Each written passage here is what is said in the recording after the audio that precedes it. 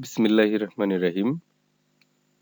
সুপ্রিয় ছাত্রছাত্রীরা, আশা করি সবাই ভালো আছো। মহামারী কোভিড-19 জন্য গত মার্চ মাস থেকে শিক্ষা প্রতিষ্ঠান বন্ধ রয়েছে, স্বাভাবিক শ্রেণী কার্যক্রম বন্ধ রয়েছে। তাই শিক্ষা মন্ত্রণালয়ের নির্দেশনায় গত এপ্রিল মাস থেকে অনলাইনে আনন্দমোহন কলেজ ক্লাস কর্মসূচি শুরু করে। এরই ধারাবাহিকতায় আজকের অনলাইন ক্লাসে আবারও স্বাগত জানাচ্ছি।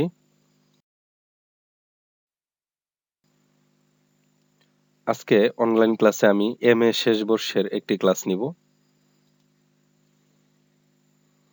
ক্লাসের বিষয় বা কোর্স থাকবে আন্তর্জাতিক আইন। এর আগেও আমি আন্তর্জাতিক আইন বিষয়ে 4টি অনলাইন ক্লাসে নিয়েছি। অনলাইন 4টি ক্লাস নিয়েছি। এটি আমার 5ম ক্লাস।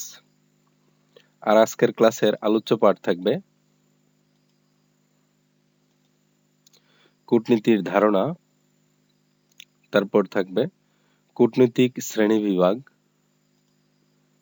তারপরে থাকবে কূটনৈতিক মিশনের কার্যাবলী, তারপরে থাকবে কূটনীতিকদের সুযোগ সুবিধা ও দায়মুক্তি,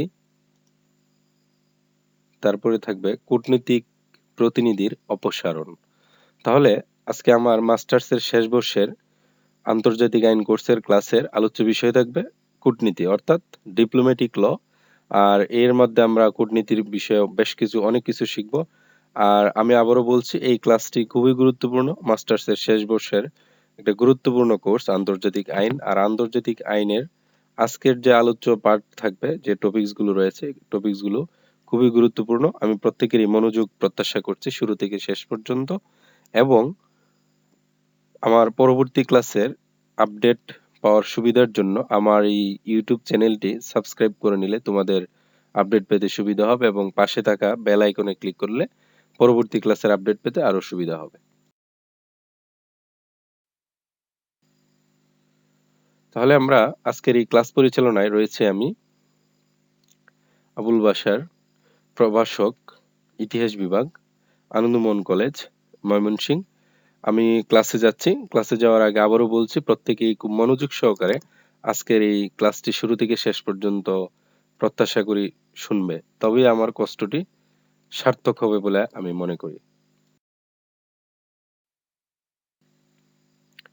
প্রথমে আমরা পড়ব কূটনীতি কি, কূটনীতির ধারণা, কূটনীতি বিষয়টা কি আমরা শুরুতেই পড়ব।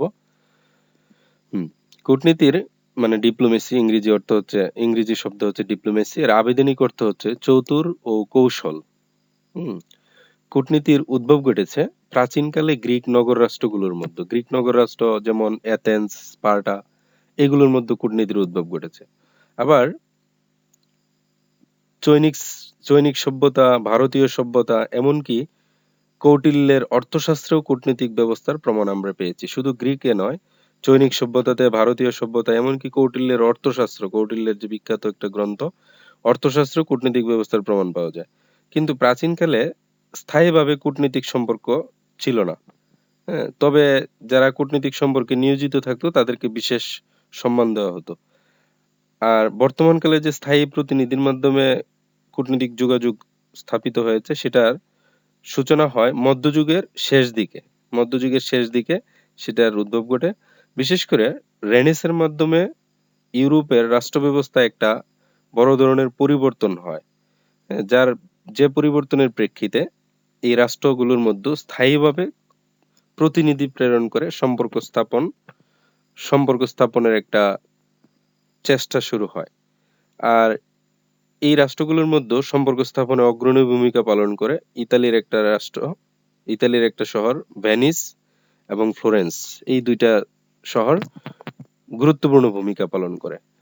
আর আমরা কূটনীতির সংজ্ঞায় বলতে পারি, কূটনীতি হচ্ছে শান্তিপূর্ণভাবে একটি রাষ্ট্র অন্য কোনো বিদেশি রাষ্ট্রের সাথে সম্পর্ক উন্নয়নের কার্যক্রম। অর্থাৎ কূটনীতি হচ্ছে শান্তিপূর্ণ উপায়ে কোনো রাষ্ট্রের প্রতিনিধি দ্বারা অন্য কোনো রাষ্ট্রে পরিচালিত কর্মকাণ্ড। শান্তিপূর্ণ উপায়ে, কোনো সাংঘর্ষিক কোনো যুদ্ধ বিগ্রহ নয়, পিসফুল্লি, সমঝোতার মাধ্যমে শান্তিপূর্ণ উপায়ে কোনো রাষ্ট্রের প্রতিনিধি দ্বারা অন্য কোনো রাষ্ট্রে পরিচালিত কর্মকাণ্ড।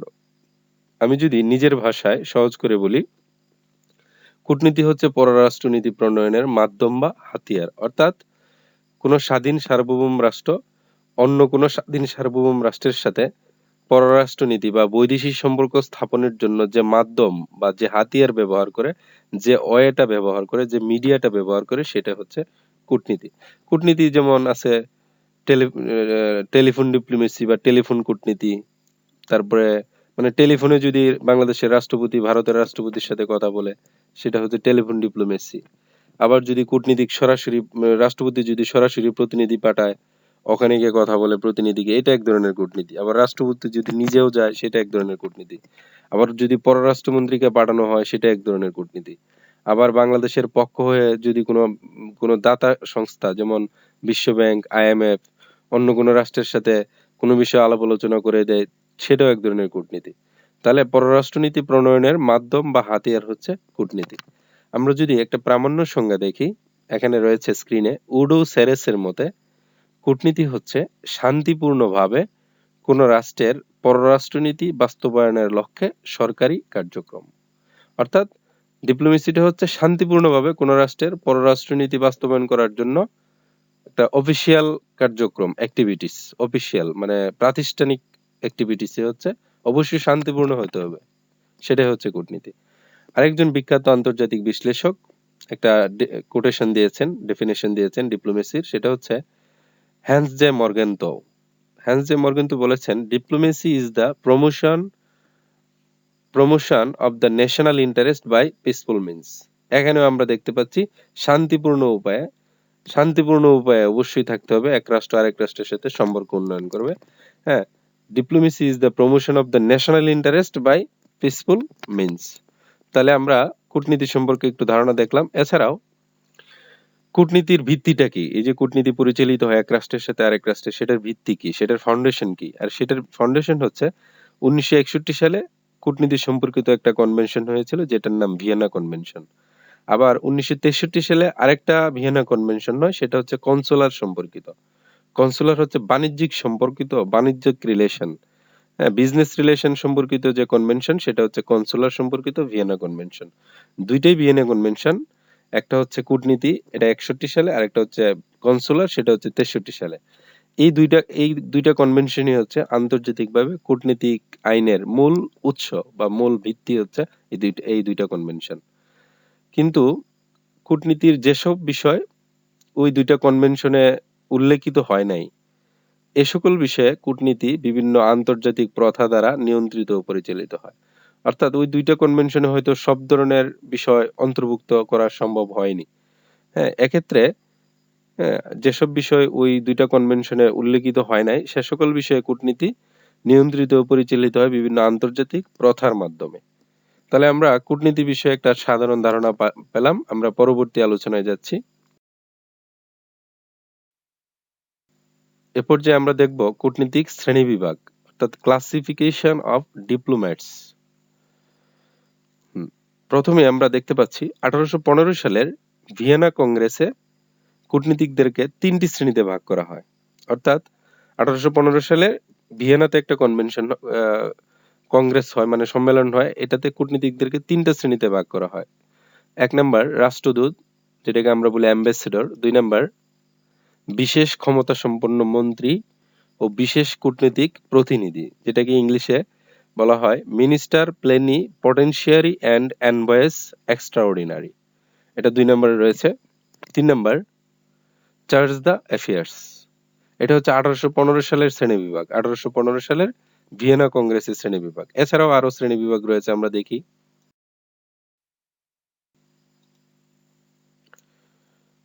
পরবর্তীতে 1818 সালের একটা সম্মেলনে আবাসিক মন্ত্রী নামে, মানে মিনিস্টার্স রেসিডেন্ট নামে নতুন একটি শ্রেণী সংযোজন করা হয়।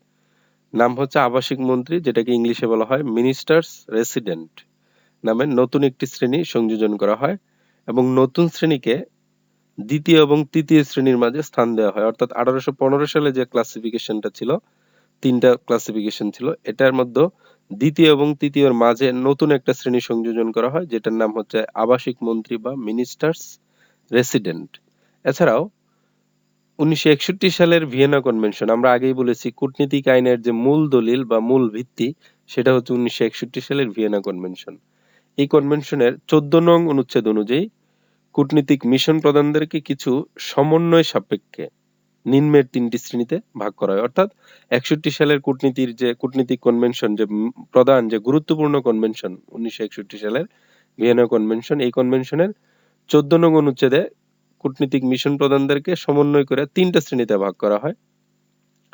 প্রথম যে ভাগটা, প্রথম ক্রাইটেরিয়াটা রয়েছে রাষ্ট্রদূত, যেটাকে আমরা বলি অ্যাম্বাসেডর, আবার পোপের দূত, যেটাকে আমরা বলি নানসিও। পোপ মানে হচ্ছে ভ্যাটিকান সিটির সর্বোচ্চ যে ধর্মীয় নেতা, মানে ভ্যাটিকান সিটির যে প্রধান, সেটাকে বলা হয় পোপ।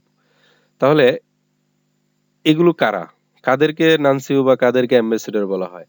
যারা সাধারণত রাষ্ট্রপ্রধান কর্তৃক রাষ্ট্রপ্রধানের নিকট প্রেরিত হয়। অর্থাৎ বাংলাদেশের রাষ্ট্রপ্রধান যদি কোনো দূতকে ভারতের রাষ্ট্রপ্রধানের কাছে পাঠায়, তাকে বলবো আমরা অ্যাম্বাসেডর। আবার ভ্যাটিকান সিটির পোপ যদি কোনো প্রতিনিধিকে অন্য কোনো দেশের রাষ্ট্রপতির কাছে পাঠায়, সেটা হবে নানসিও। 2 নম্বর রয়েছে উপরাষ্ট্রদূত, যেটাকে আমরা বলি এনভয়। আবার কূটনৈতিক মন্ত্রী মানে মিনিস্টার, এবং পোপের উপদূত, যারা রাষ্ট্রপ্রধানদের নিকট প্রেরিত হন। রাষ্ট্রপ্রধানদের নিকট প্রেরিত হন, কিন্তু তাদেরকে তাদেরকে রাষ্ট্রপতি না, মানে রাষ্ট্রপ্রধান পাঠায় না, অন্য কেউ পাঠাতে পারে, প্রধানমন্ত্রী পাঠাতে পারে বা পররাষ্ট্রমন্ত্রী পাঠাতে পারে, রাষ্ট্রপতি পাঠায় না। রাষ্ট্রপতি যদি পাঠায় বা রাষ্ট্রপ্রধান যদি পাঠায়, সেটা হবে অ্যাম্বাসেডর বা নানসিও। এর বাইরে যদি অন্য কাউকে, অন্য কেউ কোনো কূটনৈতিক প্রতিনিধিকে অন্য কোনো দেশের রাষ্ট্রপ্রধানের নিকট পাঠায়, সেটাকে বলে আমরা এনভয় বা মিনিস্টার বা ইন্টারনানসিও। যদি পোপের উপদূত হয় তা আমরা সেটা বলবো ইন্টারনানসিও। 3 number charge the affairs. Charge the affairs হচ্ছে যারা পররাষ্ট্রমন্ত্রীদের নিকট প্রেরিত হন। পররাষ্ট্রমন্ত্রী অর্থাৎ বাংলাদেশ থেকে কোনো কূটনৈতিক প্রতিনিধি, কোনো প্রতিনিধিকে যদি ভারতের পররাষ্ট্রমন্ত্রীর কাছে পাঠানো হয়, তবে তাকে আমরা বলবো চার্জ দ্য অ্যাফেয়ার্স। এই হচ্ছে কূটনীতির শ্রেণী বিভাগ। আমরা পরবর্তী আলোচনায় যাব। এখানে রয়েছে কূটনীতিক মিশনের কার্যাবলী। কূটনীতিক মিশন কি কি কাজ করে থাকে? শুরুতেই রয়েছে 1961 সালের ভিয়েনা কনভেনশন, অর্থাৎ কূটনীতিক আইনের যে মেইন কনভেনশন, সেটা 1961 সালের ভিয়েনা কনভেনশন অনুচ্ছেদ 3 নং অনুযায়ী কূটনীতিক মিশনের কার্যাবলী লিপিবদ্ধ আছে। 3 নং অনুচ্ছেদে এই কাজগুলো লিপিবদ্ধ আছে। হ্যাঁ, সেগুলো 1 নম্বরে রয়েছে গ্রাহক রাষ্ট্রে প্রেরক রাষ্ট্রের প্রতিনিধিত্ব করা, অর্থাৎ যে রাষ্ট্রে কূটনীতিক মিশনটা কাজ করতেছে বা নিয়োজিত রয়েছে, এই রাষ্ট্রে কি করতে হবে? যে রাষ্ট্র পাঠিয়েছে মানে প্রেরক রাষ্ট্র, সেন্ডিং রাষ্ট্রের প্রতিনিধিত্ব করা, রিপ্রেজেন্টেটিভ হিসেবে কাজ করা। অর্থাৎ বাংলাদেশ থেকে যদি কোনো কূটনীতিক মিশন জাপানে পাঠানো হয়, তাহলে জাপান হবে রিসিভিং স্টেট এবং বাংলাদেশ হবে সেন্ডিং স্টেট, তাহলে মানে প্রেরক রাষ্ট্র। তাহলে ওই কূটনীতিক মিশন প্রেরক রাষ্ট্রের প্রতিনিধি হিসেবে জাপানে মানে গ্রাহক রাষ্ট্রে কাজ করা, সেটা একটা কার্যাবলী। 2 নাম্বার আন্তর্জাতিক আইন মোতাবেক গ্রাহক রাষ্ট্রের বসবাসরত প্রেরক রাষ্ট্রের নাগরিকদের স্বার্থ রক্ষা করা। আন্তর্জাতিক যে রুলস রেগুলেশন আছে, সেগুলো বজায় রেখে গ্রাহক রাষ্ট্রে, অর্থাৎ যে রাষ্ট্রে কূটনীতিক মিশনটা কাজ করতেছে, কর্মরত রয়েছে, এই রাষ্ট্রে নিজ দেশের মানে প্রেরক রাষ্ট্রের যে সকল নাগরিক বসবাস করে স্থায়ীভাবে বা অস্থায়ীভাবে, এ সকল নাগরিকদের স্বার্থ রক্ষা করা, এটা আরেকটা কাজ। 3 নাম্বার গ্রাহক রাষ্ট্রের সরকারের সাথে বিভিন্ন স্বার্থ সংশ্লিষ্ট বিষয়ে আলোচনা করা। হ্যাঁ, গ্রাহক রাষ্ট্রে অর্থাৎ যে রাষ্ট্রে কূটনীতিক মিশনটা কর্মরত রয়েছে, সেই রাষ্ট্রের সরকারের সাথে প্রেরক রাষ্ট্রের মানে নিজ রাষ্ট্রের যে রাষ্ট্র থেকে তাকে পাঠানো হয়েছে, এই রাষ্ট্রের বিভিন্ন স্বার্থ সংশ্লিষ্ট, যেমন বাণিজ্য, বিনিয়োগ, আমদানি রপ্তানি, এসব বিষয়ে আলোচনা করা। 4 নাম্বার আমরা দেখব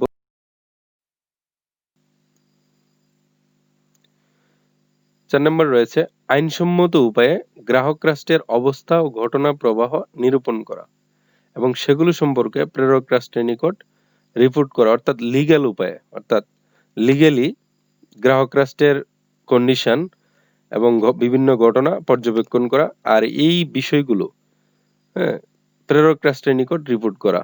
যে রাষ্ট্র থেকে তাকে পাঠানো হয়েছে আর যে রাষ্ট্রে সে কাজ করতেছে ওই রাষ্ট্রের অবস্থা ও ঘটনা পর্যবেক্ষণ করে প্রেরক রাষ্ট্র অর্থাৎ যে রাষ্ট্র থেকে তাকে পাঠানো হয়েছে তাকে রিপোর্ট পাঠাইতে হবে, এটা একটা কাজ। 5 নাম্বার, কূটনৈতিক মিশনের অন্যতম প্রধান কাজ হচ্ছে প্রেরক রাষ্ট্র ও গ্রাহক রাষ্ট্রের মধ্যে সম্পর্ক উন্নয়ন করা। হ্যাঁ, প্রেরক রাষ্ট্র এবং গ্রাহক রাষ্ট্রের মধ্যে সম্পর্ক উন্নয়ন করা।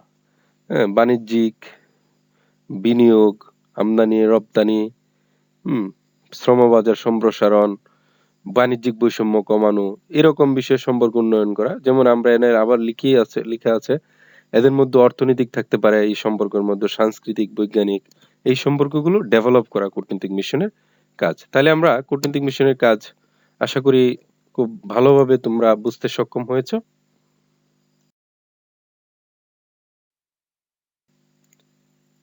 এ পর্যায়ে আমরা কূটনীতিকদের সুযোগ সুবিধা ও দায়মুক্তি সমূহ আমরা পড়ব। অর্থাৎ একজন ডিপ্লোম্যাটরা কূটনৈতিক মিশনে কর্মরত কর্মকর্তা কর্মচারীরা কি ধরনের সুযোগ সুবিধা ও দায়মুক্তি পেয়ে থাকে, অর্থাৎ ইমিউনিটিস এবং প্রিভিলেজ, দায়মুক্তি, ইমিউনিটিস এবং প্রিভিলেজেস, কি কি সুযোগ সুবিধা পেয়ে থাকে, এগুলো গুরুত্বপূর্ণ একটা বিষয়। কূটনীতিক মিশনে কর্মরত ব্যক্তিরা মানে কূটনীতিকরা, ডিপ্লোম্যাটরা কি কি সুযোগ সুবিধা ও দায়মুক্তি পায় আমরা এগুলো দেখব। আর এগুলো 1961 সালের ভিয়েনা কনভেনশন অনুচ্ছেদ 20 থেকে 41 নং অনুযায়ী কূটনীতিকদের সুযোগ সুবিধা ও দায়মুক্তি সমূহ বিস্তারিতভাবে উল্লেখ আছে। আমরা আগেই বলেছিলাম কূটনীতি সম্পর্কিত মেইন যে উৎস দলিলটাই হচ্ছে 1961 সালের ভিয়েনা কনভেনশন। আর এই ভিয়েনা কনভেনশনের 20 থেকে 41 অনুচ্ছেদ, যে কয়টা এখানে অনুচ্ছেদ রয়েছে 20 থেকে 41, এই অনুচ্ছেদ সমূহে কূটনীতিকদের সুযোগ সুবিধা ও দায়মুক্তি সমূহ ডিটেইলস উল্লেখ আছে। আর এগুলো হচ্ছে, 1 নাম্বার, কূটনীতিকদের অলঙ্ঘনীয়তা। হ্যাঁ, অর্থাৎ কূটনীতিককে শারীরিকভাবে আঘাত বা নাজেহাল করা যাবে না। এ অধিকার রক্ষায় গ্রাহক রাষ্ট্রের সুরক্ষা প্রদান করে। আমি বুঝাতে চেয়েছি কূটনীতিকরা কি কি অলঙ্ঘনীয়তা ভোগ করে। প্রথমে হচ্ছে কূটনীতিককে শারীরিকভাবে মানে ফিজিক্যালি কোনো টর্চার করা যাবে না বা হ্যারাসমেন্ট করা যাবে না, নাজেহাল করা যাবে না। আর এই অধিকার কে রক্ষা করবে? গ্রাহক রাষ্ট্র। কে সুরক্ষা দিবে? গ্রাহক রাষ্ট্র, অর্থাৎ যে রাষ্ট্রে ওই কূটনীতিক মিশন বা কূটনীতিক ব্যক্তি কাজ করছে। যেমন বাংলাদেশের যদি কোনো কূটনীতিক মিশন জাপানে থাকে, ওই জাপানে কূটনীতিক মিশনে বাংলাদেশের যারা কাজ করছে তাদেরকে শারীরিকভাবে আঘাত বা নাজেহাল করা যাবে না। আর এই সুরক্ষাটা জাপান দিতে বাধ্য, কারণ 1961 সালের ভিয়েনা কনভেনশন অনুযায়ী। 2 নাম্বার, একজন কূটনীতিক ফৌজদারি মামলা মানে ক্রিমিনাল কেস, ফৌজদারি মামলা থেকে অব্যাহতি পায়। হ্যাঁ, ফৌজদারি মামলা হচ্ছে হত্যা, খুন, ধর্ষণ, এগুলো হচ্ছে ফৌজদারি কেস। এই মামলাগুলো থেকে অব্যাহতি পায়। এমনকি কোনো মামলায় সাক্ষী দেওয়ার জন্য তাকে বাধ্য করা যাবে না। শুধু অব্যাহতি নয়, কোনো মামলায় সাক্ষী দেওয়ার জন্য কোনো কূটনৈতিক ব্যক্তিকে বাধ্য করা যাবে না। তাকে কোনো প্রকার গ্রেপ্তার বা আটক করা যাবে না। হ্যাঁ, কোনোভাবে অ্যারেস্ট করা যাবে না। তবে কূটনৈতিক কর্মকর্তা গুরুতর কোনো অপরাধ করলে, হ্যাঁ, গুরুতর মানে ভাইটাল কোনো অফেন্স করলে, ক্রিমিনাল মানে ক্রাইম জাতীয় কিছু করলে, গ্রাহক রাষ্ট্রের ক্ষতিকর কোনো কাজ করে থাকলে, হ্যাঁ, যে রাষ্ট্রে কাজ করতেছে কূটনীতিকরা ওই রাষ্ট্রের ক্ষতিকর কোনো কাজ করে বা গুরুতর কোনো অপরাধ করলে সংশ্লিষ্ট কূটনীতিককে গ্রাহক রাষ্ট্র অবাঞ্ছিত ঘোষণা করতে পারে। অর্থাৎ যদি এরকম কোনো কিছু করে, গুরুতর কোনো অপরাধ করে বা গ্রাহক রাষ্ট্রের ক্ষতিকর কোনো কাজ করলে সংশ্লিষ্ট কূটনীতিককে গ্রাহক রাষ্ট্র অবাঞ্ছিত, যেটাকে আমরা ল্যাটিন একটা শব্দ পার্সোনা নন গ্রেটা, মানে কোনো কারণ দর্শানো ছাড়াই অবাঞ্ছিত ঘোষণা করে সংশ্লিষ্ট দেশ থেকে অর্থাৎ গ্রাহক রাষ্ট্র ওই কূটনীতিক কর্মকর্তাকে প্রেরক রাষ্ট্রে ফেরত পাঠিয়ে দিবে। যে এক নির্দিষ্ট কোনো কারণ ছাড়াই নির্দিষ্ট সময়ের মধ্যে তাকে ওই দেশ থেকে অবাঞ্ছিত ঘোষণা করে ফেরত পাঠানোটাই হচ্ছে পার্সোনা নন গ্রেটা। এটা একটা সুযোগ সুবিধা ও দায় মুক্তি দুইটাই রয়েছে এখানে। 3 নাম্বার, একজন কূটনীতিক দেওয়ানি মামলা থেকে অব্যাহতি পায়। দেওয়ানি মামলা হচ্ছে সিভিল কেস, হ্যাঁ, যে সকল মামলার শাস্তি ক্ষতিপূরণ, হ্যাঁ, জমি সংক্রান্ত ক্ষতি, ব্যবসা বাণিজ্য সংক্রান্ত, আর্থিকভাবে সাজা দেওয়া হয়, জরিমানা, এই টাইপের মামলাগুলোকে আমরা সিভিল কেস বলে থাকি। হ্যাঁ, একজন কূটনীতিক দেওয়ানি মামলা মানে সিভিল কেস থেকেও অব্যাহতি পেয়ে থাকে। তবে দেওয়ানি মামলার ব্যাপারে কিছু সীমাবদ্ধতা আছে। যেমন যদি কূটনীতিক গ্রাহক রাষ্ট্রের সম্পত্তি প্রেরক রাষ্ট্রের মিশনের প্রয়োজন ব্যতীত ব্যক্তিগতভাবে ভোগ বা ব্যক্তিগত ব্যবসায় নিযুক্ত থাকে, তবে দেওয়ানি মামলা করা যাবে। এখানে বলা আছে একজন কূটনীতিক দেওয়ানি মামলা থেকে অব্যাহতি পাবে, অর্থাৎ কোনো কূটনীতিকের নামে দেওয়ানি মামলা করা যাবে না। তবে দেওয়ানি মামলার ব্যাপারে আবার কিছু সীমাবদ্ধতা রয়েছে, যেমন যদি কোনো কূটনীতিক গ্রাহক রাষ্ট্রের, অর্থাৎ যে রাষ্ট্রে সে কাজ করছে, এই রাষ্ট্রের সম্পত্তি, হ্যাঁ, এই রাষ্ট্রের সম্পত্তি মিশনের প্রয়োজন ব্যতীত, অর্থাৎ প্রেরক রাষ্ট্রের যে মিশনের প্রয়োজন ব্যতীত ব্যক্তিগতভাবে ভোগ করে বা ব্যক্তিগত ব্যবসায় নিযুক্ত থাকে, তবে ওই কূটনীতিকের বিরুদ্ধে দেওয়ানি মামলা করা যাবে। 4 নাম্বার, কূটনীতিক প্রতিনিধিগণ কিছু কিছু ব্যতিক্রম সাপেক্ষে সকল ব্যক্তিগত অথবা জাতীয়, আঞ্চলিক এবং পৌর কর ও মাশুল হতে অব্যাহতি পেয়ে থাকেন। হ্যাঁ, কূটনীতি প্রতিনিধিগণ কিছু এক্সেপশনাল কেস বাদে সকল ব্যক্তিগত, অর্থাৎ সকল ধরনের পার্সোনাল এবং জাতীয়, ন্যাশনাল, রিজনাল বিভিন্ন ট্যাক্স ও ভ্যাট হতে অব্যাহতি পেয়ে থাকেন। এটা কূটনীতিক প্রতিনিধিদের একটা বড় ধরনের সুযোগ সুবিধা ও দায় মুক্তি। হ্যাঁ, ব্যক্তিগত, সকল ব্যক্তিগত, কিছু ব্যতিক্রম বাদে জাতীয়, আঞ্চলিক বিভিন্ন ট্যাক্স ও ভ্যাট হতে অব্যাহতি পেয়ে থাকেন তারা। 5 নাম্বার, কূটনীতিক মিশনের অঙ্গন অলঙ্ঘনীয়। অঙ্গন মানে কূটনীতিক মিশনের যে এরিয়াটা, যে প্রিমিসেসটা অলঙ্ঘনীয়, মানে এক ধরনের সুযোগ ভোগ করে থাকে। যেমন গ্রাহক রাষ্ট্রের কোনো প্রতিনিধি মিশন প্রদানের সম্মতি ব্যতীত মিশনের অঙ্গনে প্রবেশ করবে না। খুব গুরুত্বপূর্ণ একটা বিষয়। গ্রাহক রাষ্ট্র মানে যে রাষ্ট্রে কূটনীতিক মিশনটা রয়েছে, ওই রাষ্ট্রের কোনো প্রতিনিধি মিশন প্রদানের সম্মতি ব্যতীত, অর্থাৎ এই কূটনীতিক মিশনের যে প্রধান রয়েছেন তার অনুমতি ব্যতীত গ্রাহক রাষ্ট্রের কেউ ওই মিশন অঙ্গনে প্রবেশ করতে পারবে না। এই সংক্রান্ত একটা আন্তর্জাতিক মামলাও আছে, খুব বিখ্যাত একটি মামলা। মামলাটার নাম হচ্ছে সান ইয়াতসেন ইনসিডেন্ট কেস 1896। সান ইয়াতসেন হচ্ছে চীনের একজন নেতা, বিপ্লবী নেতা, চীনের সমাজতান্ত্রিক বিপ্লবের নেতা। চীনের সমাজতান্ত্রিক বিপ্লবের নেতা সান ইয়াতসেন। এই সংক্রান্ত মামলাটা হচ্ছে, আমি একটু বলছি, শুনে নাও সবাই। এই মামলায় চীনের বিপ্লবী নেতা সান ইয়াতসেনকে লন্ডনে স্থাপিত চীনের কূটনীতিক মিশন থেকে ব্রিটিশ পুলিশ গ্রেপ্তার করে। অর্থাৎ সান ইয়াতসেন হচ্ছে চীনের বিপ্লবী নেতা, কোথা থেকে গ্রেপ্তার করে? লন্ডনে স্থাপিত চীনের যে কূটনীতিক মিশন ছিল, লন্ডনে যে চীনের কূটনীতিক মিশন, ওখান থেকে ব্রিটেনের পুলিশ গ্রেপ্তার করে। তার বন্ধু মানে সান ইয়াতসেনের বন্ধু ব্রিটেনের আদালতে হেভিয়াস কর্পাস রিট করে। হেভিয়াস কর্পাস হচ্ছে যে বন্দীকে সশরীরে আদালতে উপস্থাপন করা। হেভিয়াস কর্পাস রিট মানে হাইকোর্টে এক ধরনের আপিল বা আবেদন। কারো মৌলিক অধিকার লঙ্ঘিত হলে এই ধরনের রিট করা যায়, আবেদন করা যায়। তাহলে সান ইয়াতসেনের বন্ধু ব্রিটিশ আদালতে হেভিয়াস কর্পাস নামে একটা রিট করে। এর প্রেক্ষিতে ব্রিটিশ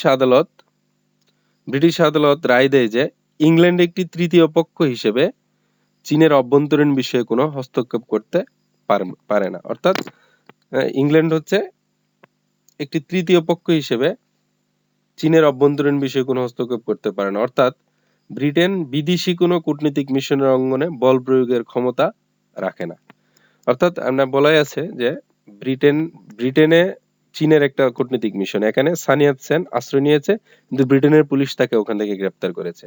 কিন্তু ভিয়েনা কনভেনশন অনুযায়ী, 1961 সালে ভিয়েনা কনভেনশন অনুযায়ী ওই কোনো কূটনীতিক মিশনে গ্রাহক রাষ্ট্রের কোনো প্রতিনিধি ওই কূটনীতিক মিশনের প্রধানের অনুমতি ব্যতীত প্রবেশ করতে পারবে না। এই সংক্রান্ত মামলাটাই হচ্ছে সান ইয়াতসেন ইনসিডেন্ট কেস 1896।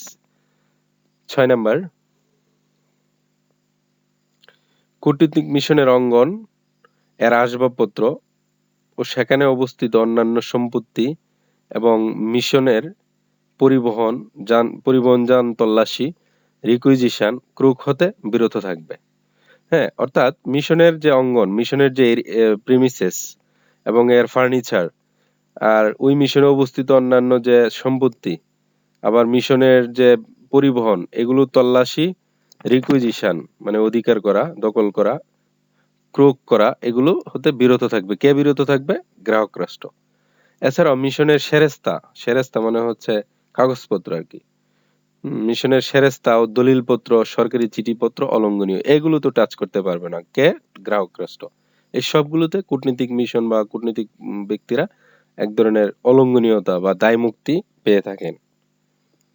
7 নাম্বার, কূটনীতিকের ব্যক্তিগত বাসস্থান মিশনের অঙ্গনের মতো একই রূপ অলঙ্ঘনীয়তা ভোগ করে থাকে। হ্যাঁ, শুধু কূটনীতিক মিশন নয়, কূটনীতিকের যে ব্যক্তিগত বাসস্থানটা আছে ওইটাও মিশনের যে এরিয়াটা মিশনের অঙ্গনের মতো একই রকম অলঙ্ঘনীয়তা ভোগ করে থাকে। হ্যাঁ, তার ব্যক্তিগত চিঠিপত্র, শুধু বাসস্থান নয়, তার চিঠিপত্র, বিভিন্ন ডকুমেন্টস মিশনের কাগজের ন্যায় অলঙ্ঘনীয় ভোগ করে থাকে। হ্যাঁ, বিভিন্ন ব্যক্তিগত চিঠিপত্র, বিভিন্ন ডকুমেন্টস মিশনের কাগজের ন্যায় অলঙ্ঘনীয়তা ভোগ করে থাকে। তাহলে আমরা এতক্ষণ কূটনীতিক মিশনের সুযোগ সুবিধা ও কূটনীতিকদের সুযোগ সুবিধা ও দায়মুক্তি বিষয়ে আলোচনা করলাম। আমরা পরবর্তী আলোচনায় যাচ্ছি।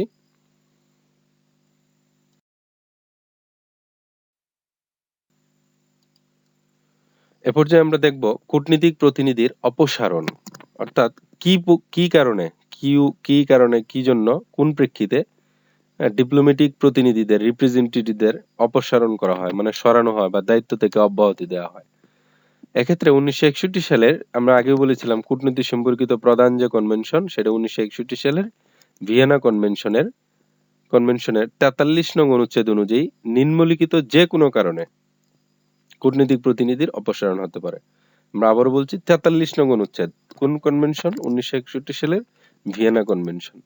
ভিয়েনা কনভেনশনের 43 নং অনুচ্ছেদ অনুযায়ী নিম্নলিখিত যে কোনো কারণে কূটনীতিক প্রতিনিধির অপসারণ হতে পারে।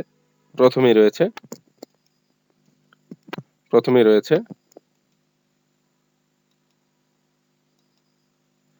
যখন প্রেরক রাষ্ট্র গ্রাহক রাষ্ট্রকে এই মর্মে নোটিশ প্রদান করে যে তার কূটনীতিক প্রতিনিধির কাজ শেষ হয়েছে।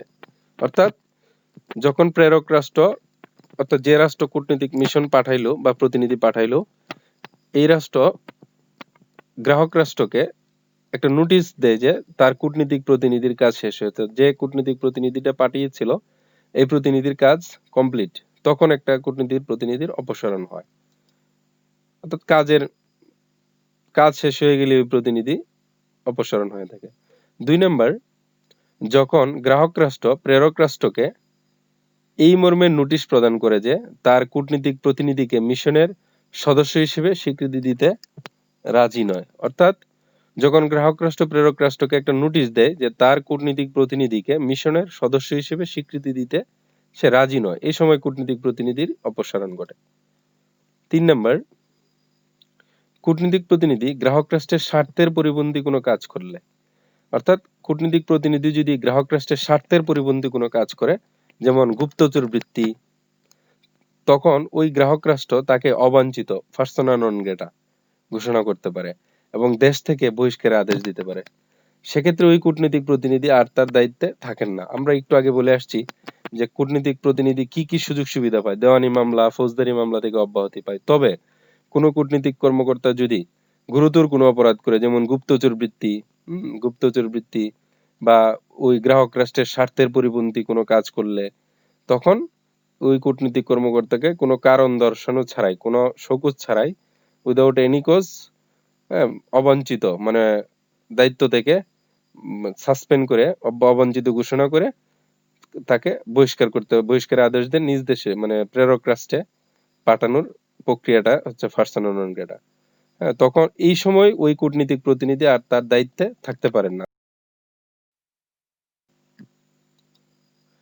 4 নম্বরে আমরা দেখব যুদ্ধের কারণে গ্রাহক রাষ্ট্রের সাথে কূটনীতিক সম্পর্কের অবসান ঘটলেও কূটনীতিক প্রধানগণ নিজ দেশে, অর্থাৎ প্রেরক রাষ্ট্রে ফিরে যান।